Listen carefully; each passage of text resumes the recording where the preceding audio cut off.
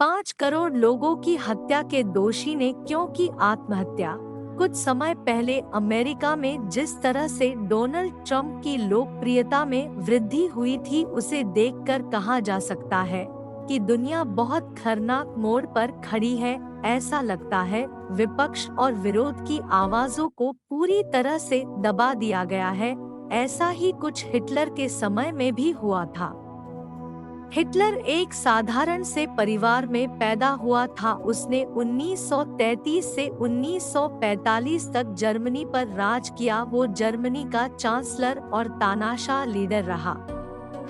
Adolf Hitler का जन्म 20 अप्रैल 1889 को ऑस्ट्रिया के एक छोटे से कस्बे में हुआ था। हिटलर के पिता का नाम एलोइस हिटलर और मां का नाम क्लारा पोल्स था। पिता के साथ हिटलर की ज्यादा पटती नहीं थी और हमेशा दोनों में कहासुनी होती रहती थी, लेकिन हिटलर मां के बहुत करीब था। उसकी मां उसे बहुत ज्यादा प्यार करती थी और बचपन में अपनी मां की वजह से वो बहुत बिगड़ैल भी हो गया था।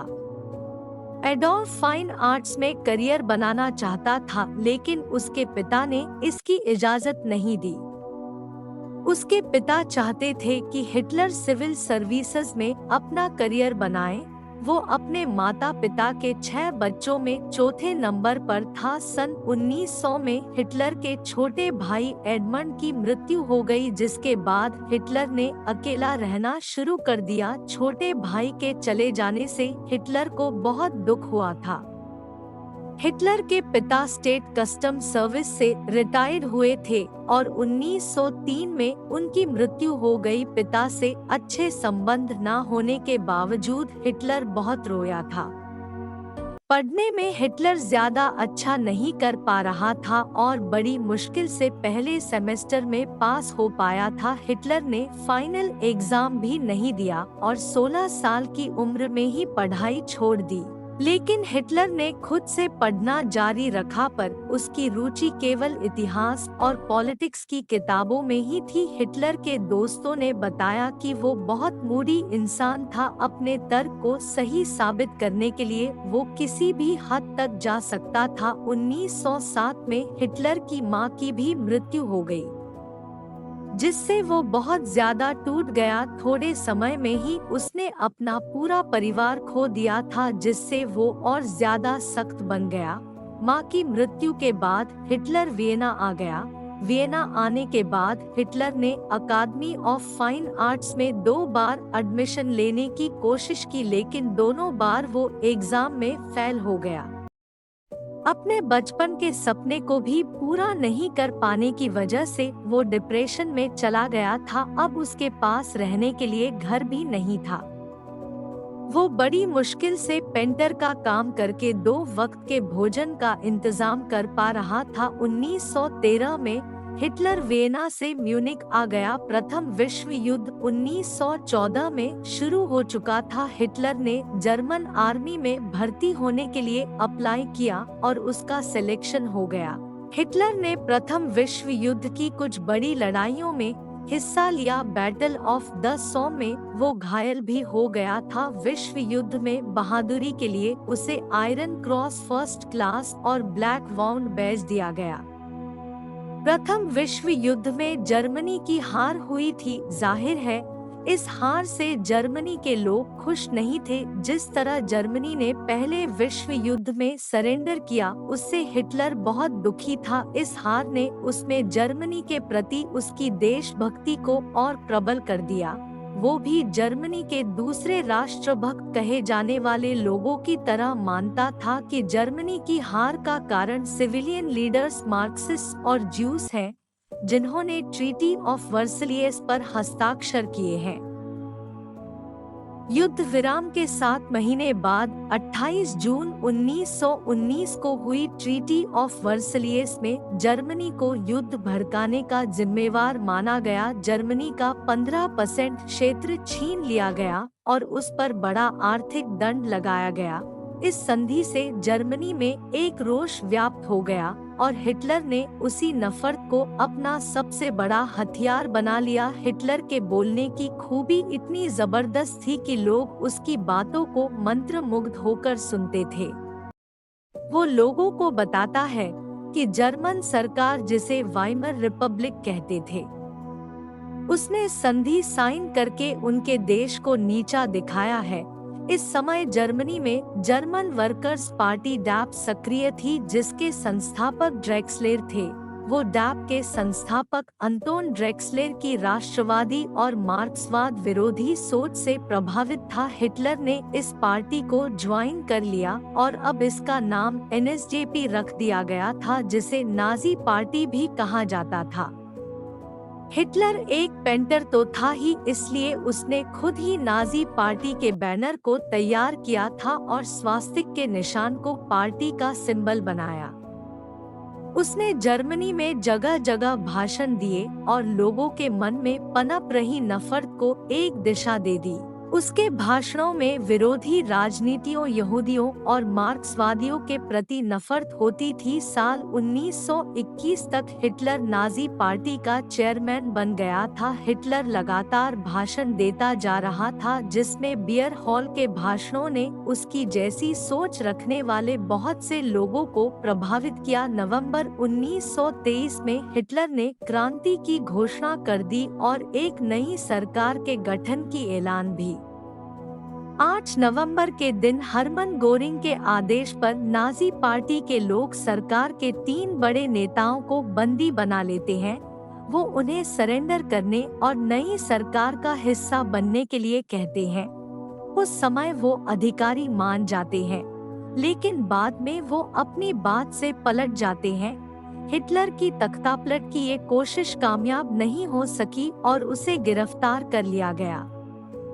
हिटलर द्वारा तख्ता पलट की इस कोशिश को बियर हाल पुच कहा जाता है। सरकार विरोधी गतिविधियों के लिए उसे 5 साल जेल की सजा सुनाई गई, लेकिन हिटलर 9 महीने ही जेल में रहा। जेल में रहते हुए हिटलर ने अपनी ऑटोबायोग्राफी डिक्टेट की, जिसे में कम्फ कहा जाता है। इस किताब का पहला भाग 1925 और दूसरा भाग 1927 में पब्लिश हुआ। दोनों भागों को मिलकर बनाई गई किताब को 11 भाषणों में ट्रांसलेट किया गया। शुरू में इस किताब की ज्यादा बिक्री नहीं हुई, लेकिन हिटलर के सत्ता में आने के बाद 1940 तक इस किताब की 60 लाख से ज्यादा कॉपियां बिक चुकी थी। अपनी इस किताब के माध्यम से हिटलर ने जर्मनी को एक ही रेस पर आधारित एक समाज बनाने का प्रोपेगेंडा फैलाया। 1929 में ग्रेट डिप्रेशन नाम की घटना हुई, जिसके बाद जर्मनी में बेरोजगारी अपने चरम पर पहुंच चुकी थी, जिस कारण हिटलर को राजनीति में पैर जमाने का मौका मिल गया। 1930 में हिटलर ने राष्ट्रपति पद के लिए चुनाव लड़ा, जिसमें हिटलर की पार्टी 107 सीट्स लेकर दूसरे स्थान पर रही। राजनीतिक संतुलन को बनाए रखने के लिए हिटलर को 1933 में जर्मनी का चांसलर नियुक्त कर दिया गया। हिटलर को चांसलर के रूप में चुन लिया गया था और उसने अपनी इसी पोजीशन का इस्तेमाल जर्मनी में लीगल डिक्टेटरशिप स्थापित करने में किया। इसके लिए हिटलर ने जर्मनी की संसद पर हुए एक हमले को आधार बनाया। 27 फरवरी 1933 को बर्लिन में रेचस्टैग यानी जर्मन पार्लियामेंट में आग लगने की घटना हुई, जिसे रेचस्टैग फायर कहा गया। हिटलर ने आरोप लगाया कि ये कम्युनिस्टों की सरकार को अस्थिर करने की कोशिश थी, जबकि नाजी पार्टी ने ही इसे अंजाम दिया था। इस घटना को आधार बनाकर हिटलर ने लोगों के अधिकारों को खत्म कर दिया और बिना ट्रायल के डिटेंशन का अधिकार दे दिया। इसके बाद हिटलर ने सारी शक्तियां अपने हाथों में ले ली और खुद को नेता घोषित कर दिया। सरकार की लेजिस्लेटिव और एग्जीक्यूटिव ब्रांचेस को उसने पूरी तरह से अपने कंट्रोल में कर लिया। एनेबलिंग एक्ट को पास कर दिया गया, जिससे 4 सालों तक उसकी कैबिनेट के पास सारी लेजिस्लेटिव पावर्स आ गई। यही नहीं, संविधान को बदलने की पावर्स भी अब उसके पास आ गई थी। हिटलर ने सिस्टमेटिक तरीके से सभी विरोधी पार्टियों को खत्म कर दिया। 1933 तक जर्मनी में सिर्फ नाजी पार्टी ही इकलौती पार्टी थी जिसके पास कानूनी मान्यता थी।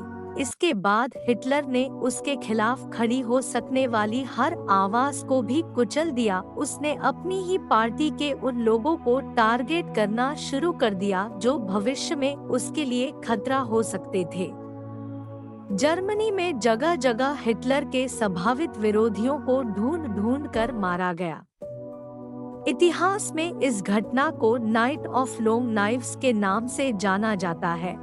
1934 में जर्मनी के राष्ट्रपति हिंडेनबर्ग की मृत्यु के बाद एक कानून पास करके राष्ट्रपति पद को ही समाप्त कर दिया गया। इसके बाद हिटलर जर्मनी में सबसे ताकतवर शख्स बन गया। जिस नफरत को हथियार बनाकर हिटलर सत्ता के शीर्ष पर पहुंचा था, अब वो उसी हथियार का इस्तेमाल कमजोर लोगों के खिलाफ करने लग गया था, यहूदियों को समाज में नीचा दिखाने और जर्मनी से निष्कासित करने के लिए हिटलर ने सैकड़ों कानून बनाए। उसे यहूदियों से नफरत थी क्योंकि यहूदी बड़े बड़े बिजनेसेस के मालिक थे। वो बहुत मेहनती और पढ़े लिखे थे, जिससे हिटलर को ईर्ष्या होती थी और हिटलर को अपनी सत्ता को बनाए रखने के लिए लोगों की नफरत को किसी दिशा में लगाना भी था ताकि वो खुद को जर्मन्स का मसीहा घोषित कर सके। हिटलर ने लोगों से यहूदियों के बिजनेस को बायकॉट करने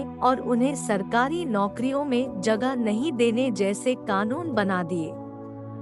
स्कूलों और यूनिवर्सिटीज में यहूदी बच्चों की संख्या को सीमित कर दिया गया। हिटलर जर्मनी में इस कदर राष्ट्रवाद को हावी कर देना चाहता था कि उसने स्टूडेंट्स को जर्मनी से बाहर की सभी किताबों को जलाने के लिए कह दिया।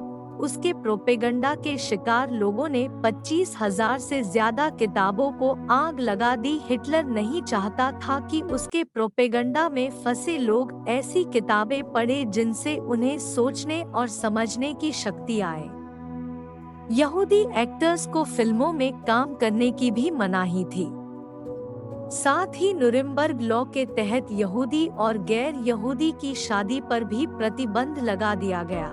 जर्मनी जैसे देश में हिटलर जैसा एक तानाशाह कैसे इस हद तक ताकतवर हो जाता है कि लाखों लोग उसे फॉलो करने लगते हैं। नवंबर 1938 के एक जनसंहार में यहूदियों की संपत्तियों को तहस नहस किया गया, उन्हें लूटा गया, उनके घरों पर हमले हुए, यहूदी प्रार्थना घर जला दिए गए और उन्हें गिरफ्तार किया गया। इस घटना को नाइट ऑफ ब्रोकन ग्लास के नाम से याद किया जाता है। सितंबर 1941 से सभी यहूदियों को हुक्म दिया गया कि वह डेविड काफिला सितारा अपनी छाती पर लगा कर रखेंगे। उनके पासपोर्ट, तमाम कानूनी दस्तावेज और घरों के बाहर भी यह पहचान चिन्ह छाप दिया गया। जर्मनी में उन्हें यहूदी मकानों में दरिद्रता की स्थिति में रखा जाता था। यूरोप के यहूदी मकानों और गेटो बस्तियों में रहने वाले यहूदियों को माल गाड़ियों में भर भर कर मौत के कारखानों में लाया जाने लगा। इतिहास का सबसे निर्दयी शासक हिटलर की जाति नीति की वजह से करीब 1 करोड़ 10 लाख लोगों को अपनी जान गंवानी पड़ी थी। वहीं दूसरे विश्व युद्ध में हिटलर की वजह से लाखों करोड़ों लोगों की जान चली गई थी। कैसे हिटलर जर्मनी की सत्ता के शिखर पर पहुंचकर लाखों लोगों की मौत का कारण बन जाता है। एडोल्फ हिटलर को दूसरे विश्व युद्ध के लिए जिम्मेवार माना जाता है, जिससे विश्व युद्ध में हुई 5 करोड़ मौतों और 60 लाख यहूदियों की हत्या के लिए उसे दोषी माना जाता है। हिटलर से ज्यादा महत्वाकांक्षी इंसान शायद ही इस धरती पर कोई पैदा हुआ होगा। अडोल्फ हिटलर एक ऐसा नाम है जिसके नाम से सिर्फ जर्मनी ही नहीं बल्कि सारा विश्व एक समय कांपता था। यहूदियों पर उसके द्वारा किए गए अत्याचार से एक बार ऐसा लगा जैसे इस दुनिया से मानवता खत्म ही हो जाएंगी। हिटलर इतिहास का सबसे क्रूर तानाशाह था, जिसकी वजह से ही दुनिया के सबसे विध्वंसकारी दूसरे विश्व युद्ध की शुरुआत हुई थी और उसमें लाखों निर्दोष जिंदगियां तबाह हो गई थी। दूसरे विश्व युद्ध छिड़ने का मुख्य कारण तानाशाह हिटलर को ही माना जाता है। दरअसल वह पूरे विश्व में अपना अधिकार जमाना चाहता था। इसके लिए सबसे पहले उसने पहले यूरोप को अपने कंट्रोल में करने के लिए 1 सितंबर 1939 को विध्वंसकारी द्वितीय विश्व युद्ध की शुरुआत की और धीमे धीमे कई राज्यों को अपने वश में कर लिया। हालांकि उसकी क्रूरता और तानाशाह रवैये के चलते इस विध्वंसकारी युद्ध में सैकड़ों निर्दोष लोग मारे गए, हजारों लोग जख्मी हो गए। दूसरे विश्व युद्ध का बेहद बुरा परिणाम हुआ, कई जिंदगियां बर्बाद हो गई। हालांकि इस युद्ध में अमेरिका की शक्ति के आगे तानाशाह हिटलर की ताकत कमजोर पड़ गई और वे इस युद्ध में हारने लगे और उसके कई राज्य भी उससे छिनने लगे। अपनी हार से वह बुरी तरह बौखला गया। दरअसल दूसरे विश्व युद्ध के दौरान खुद को हारता हुआ देख वो बर्दाश्त नहीं कर पा रहा था और इस दौरान उसे नशे की बहुत बुरी लत लग गई थी और उसे हर वक्त अपनी मौत का खौफ सताने लगा था। वहीं इस युद्ध के दौरान जब रूस ने बर्लिन पर हमला किया तब वह पूरी तरह हार गया। इतिहास का सबसे क्रूर और तानाशाह शासक हिटलर ने 29 अप्रैल 1945 को ईवा ब्राउन नाम की लड़की से शादी की थी। आपको बता दें कि उसने अपनी मौत के कुछ घंटे पहले ही शादी की थी। इसी वजह से उसने 30 अप्रैल 1945 को अपनी पत्नी ईवा ब्राउन के साथ जहर खाकर सुसाइड कर लिया। उनके मरने के बाद उसकी इच्छानुसार उसके शव को जला दिया गया। हिटलर का कहना था कि हमेशा बुद्धिमानी के खिलाफ लड़ना विश्वास के खिलाफ लड़ने से ज्यादा आसान होता है।